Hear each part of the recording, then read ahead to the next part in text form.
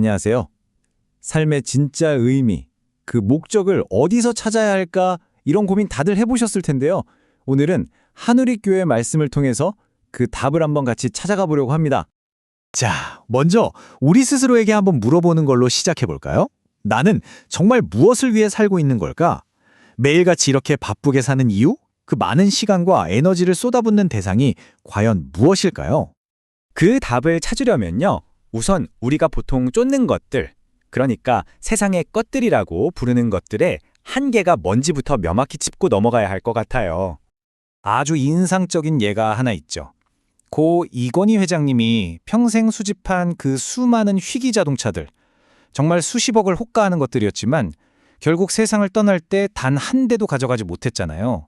이 이야기 하나만 봐도 우리가 쫓는 이 땅의 것들의 본질이 뭔지 아주 명확하게 알 수 있는 것 같습니다. 맞아요. 결국 이 땅에 있는 모든 건 잠시 머무는 것들이죠. 내 손에 쥐었다고 생각해도 언젠가는 다 놓아야만 합니다.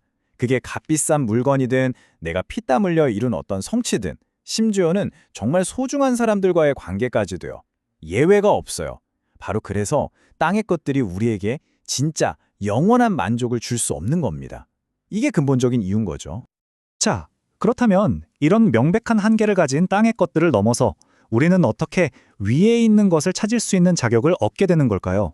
그 자격은 어디서 오는 걸까요? 그 답이 바로 여기에 있습니다. 골로새서 3장 1절 말씀인데요. 너희가 그리스도와 함께 다시 살리심을 받았으면 위의 것을 찾으라. 여기서 제일 중요한 키워드는 다시 살리심을 받았다는 거예요. 이게 무슨 뜻이냐면 우리의 정체성 자체가 완전히 근본적으로 바뀌었다는 걸 의미합니다. 이건 그냥 이제부터 착하게 살아야지 하는 그런 마음가짐의 변화, 그런 수준이 아니에요. 신학적인 용어로는 존재론적 변화라고까지 말하는데 정말 어마어마한 사건인 거죠. 말 그대로 옛날에 나는 그리스도와 함께 죽어버렸고 이제는 완전히 새로운 존재로 다시 태어났다. 바로 이 뜻입니다. 이렇게 우리의 소속, 우리의 정체성, 그러니까 국적이 바뀐 것과 같아요. 어둠의 나라에서 하나님의 사랑하는 아들의 나라로 완전히 이사를 온 거죠. 바로 이 새로운 신분, 이 새로운 정체성이야말로 우리가 위의 것을 찾을 수 있는 유일한 자격인 동시에 이제는 그렇게 살아야만 하는 이유가 되는 겁니다. 자, 그럼 왜 이렇게 우리의 시선을 땅에서 하늘로 옮기는 게 중요한 걸까요? 도대체 왜 그래야만 할까요? 그 이유를 한번 깊이 들여다보죠. 이 둘의 차이는 정말 하늘과 땅 차이입니다. 우리가 흔히 쫓는 돈이나 명예 같은 땅의 것들은요, 결국 사라지고 죽음이라는 벽 앞에서는 정말 아무 힘도 없잖아요. 하지만 위의 것, 그러니까 하나님 나라의 가치들은 영원하죠. 우리 마음에 진짜 평안을 주고 심지어 죽음까지도 이겨낼 힘을 줍니다.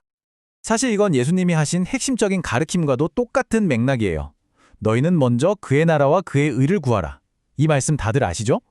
이게 무슨 뜻이겠어요?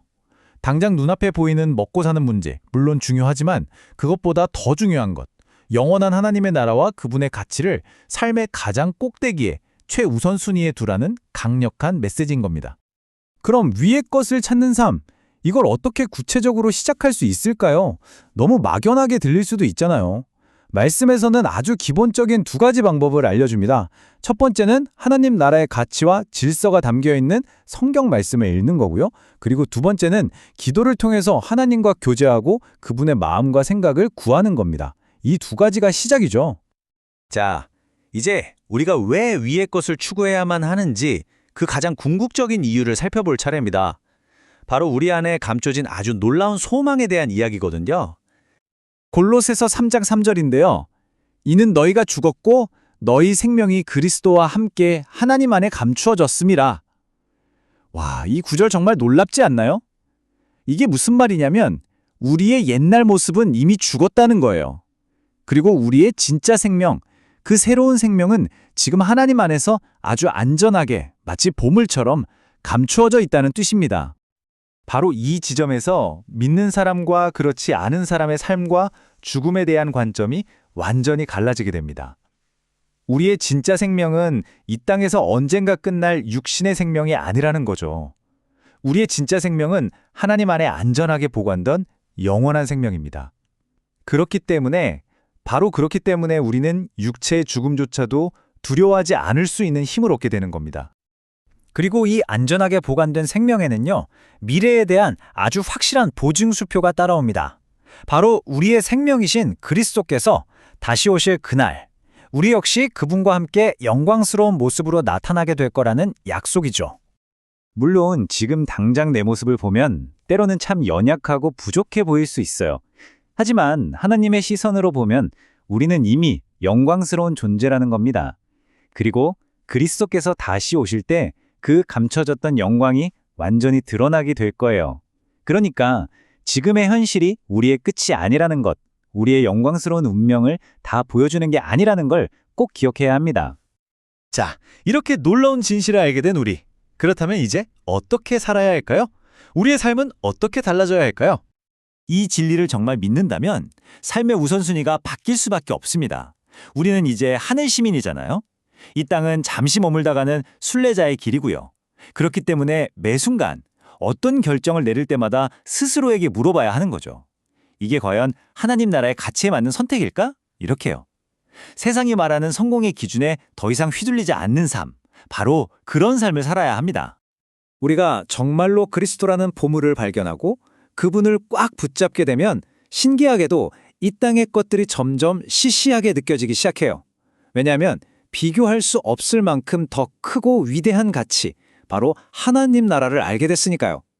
그러면 자연스럽게 이 땅의 소유나 성취에 더는 마음을 빼앗기지 않게 되는 거죠. 자, 오늘 말씀을 정리하면서 마지막으로 우리 각자에게 이 질문을 던져보면 좋겠습니다. 지금 이 순간 내 마음은 어디를 향하고 있나요? 땅의 것인가요? 아니면 저 위에 있는 것인가요?